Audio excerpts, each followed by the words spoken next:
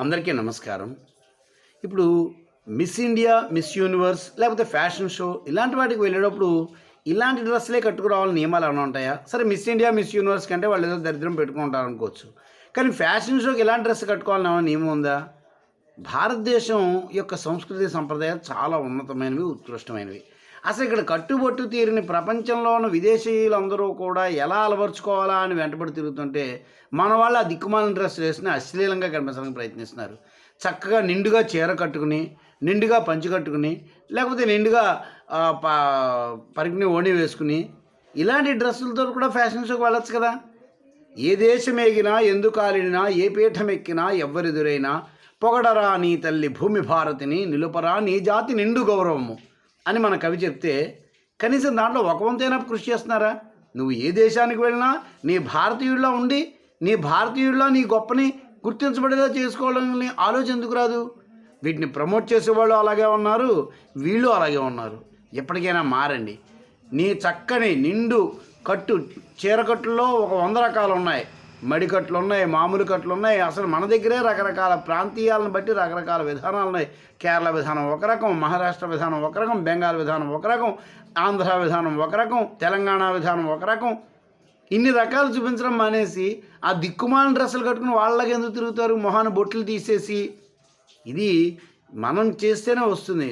మనం నిలుపరా నీ జాతి నిండు గౌరవము, మన జాతి గౌరవాన్ని నిలబెట్టే విధంగా ఇక్కడ ఎత్ర నార్యస్తు పూజ్యంతే రమంతే తత్ర దేవత అని నమ్మే దేశం ఇది. అలాగా నమస్కరించబడేలాగా మనల్ని చూసేసరికల్లా అబ్బా భారతీయులు వచ్చారు, భారతీయ స్త్రీ అని చేతులెత్తి దండం పెట్టే విధంగా ఉండడం మానేసి వాళ్ళలాగే 2 పీస్ బికినీలు, స్లీవ్లెస్లు, దరిద్రాలు ఎందుకు మనం వాళ్ళలో ఉండాలని ట్రై చేస్తున్నాం? అంచేత ఎవరు ఎలా ఉండాలో అలా ఉండాలి. అలా ఉంటే వారి యొక్క జాతి గౌరవం నిలబడుతుంది. మళ్ళీ చెప్తున్నాను, కవి కష్టపడి రాశాడు, కష్టపడి చెప్పాడు. ఆ విషయాన్ని గుర్తుపెట్టుకోండి.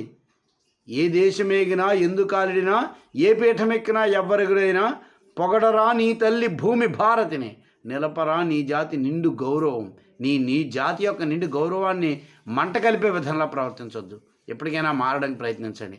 అలాగే ఒక ఫ్రెషర్స్ డే, ఫేర్వెల్ డే ఏది జరిగినా సరే కాలేజీల్లో దిక్కుమాలిన డ్యాన్సులే, ఎక్కడ చూసినా అవే డ్యాన్సులు వేస్తున్నారు. నేను ఒక ఐఐటి నీట్ కోచింగ్ ఫ్యాకల్టీ మెంబర్గా ఎక్కడైనా ఏదైనా ఒక యాన్యువల్ డేకి నన్ను వాళ్ళు ఇన్వైట్ చేశారు కదా వెళ్ళి చూస్తే అక్కడ 2 నిమిషాలు కూడా కూర్చోవడానికి నాకు మనసు రావట్లేదు. ఎందుకంటే అవే దిక్కుమాలిన డ్యాన్సులు, దిక్కుమాలిన నాట్యాలను.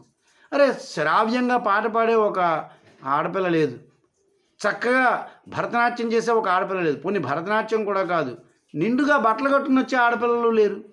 చూస్తే చాలా జాలేస్తుంది. జడలేసుకునే అమ్మాయిలు లేరు. అందరూ అలా జుట్లు వెరబోసుకుని దెయ్యాల్లాగా.